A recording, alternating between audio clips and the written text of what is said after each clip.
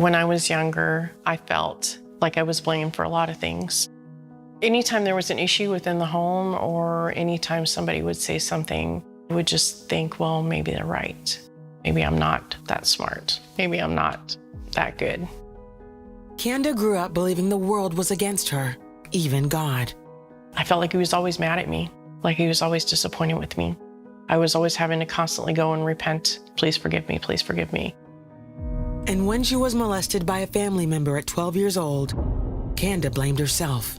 Did I provoke that? What did I do? What was it about me that made that happen? I did not believe that I was worth love, but I wanted it so bad. And I wanted somebody just to put their arms around me and hold on to me and not let me go. But that didn't happen. It's very hard. It's very lonely. And it feels like something that you'll never attain, something that you'll never have. Desperate, she married her first love at 18, but it was hardly the fairy tale of her dreams. Prince Charming wasn't so charming. It became violent, abuse and beatings and times that I had to call the police. I was so broken. In my mind, I loved him, and that's what love was. Then, Candia took a friend's advice and became a stripper. Her first night on stage, she was nervous, but not for long. They wanted me. Can you imagine not just one person, but multiple people at one time? Where I'm like, yeah, this is it. They like me. I kind of left that little girl thinking and feelings and heart behind and just went full force into this.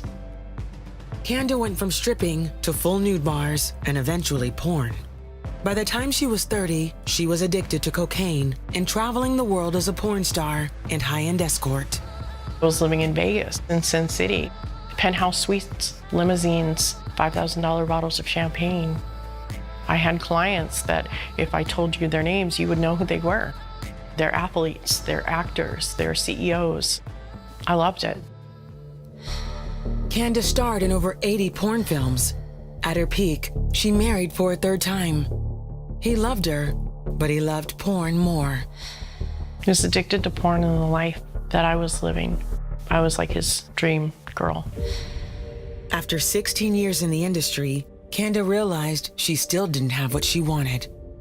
I was at the top of everything, and I had everything I thought I wanted, but it wasn't real. It just got to a point where I couldn't stand to look myself in the mirror anymore. I didn't like what I was becoming. It was as if everything I was doing just stopped filling the void. Felt like I was trapped, like I was hopeless. I was almost like I was feeling like I was again when I was a child. I got down on my hands and knees before my husband and I said, please, just wanting him to take me away from all this. He refused, but something inside Candia wouldn't let her give up hope. I felt like on the inside, like there was something more. It was almost like I heard a voice on the inside saying, I've got something more for you. But I didn't know what that was. Candia left the industry and her husband when she discovered she was pregnant. Strung out with nowhere to go, she reached out to her two sisters who drove to Vegas to pick her up. By the time they arrived, Candia had miscarried. God, why? Said I was finally gonna have somebody to love me, and I was devastated. Candia flushed the last of her drugs and returned to Minnesota with her sisters. Still desperate, she accepted her sister's invitation to church. There was nothing left but God. I was so disappointed in myself. How could he be any more disappointed in me? I sat down and I heard the songs. They talked about a God that I really didn't know. They talked about him like he was right there in the room. And it was at that moment she suddenly remembered the voice she'd heard months earlier. I've got something more for you. I went back to that. Really, could there be something more? I had to take a chance. I said, I want to know you. I want to be different. If you say that there's something more for me, I want to know what that is.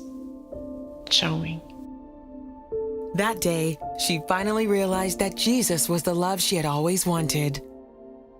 I had levels of I was so bad, or I had done this so much, and I didn't realize that he didn't have levels. He just forgave me, and he has filled that void for me. He's the only one that has filled that void for me. Candia, now happily married and a mother of 4, shares her story with anyone in search of unconditional love. There's nothing there's so wrong. There's nothing that's so dark, so dirty. He does love you. He wants to have a personal relationship with you, and he wants to love you completely and totally.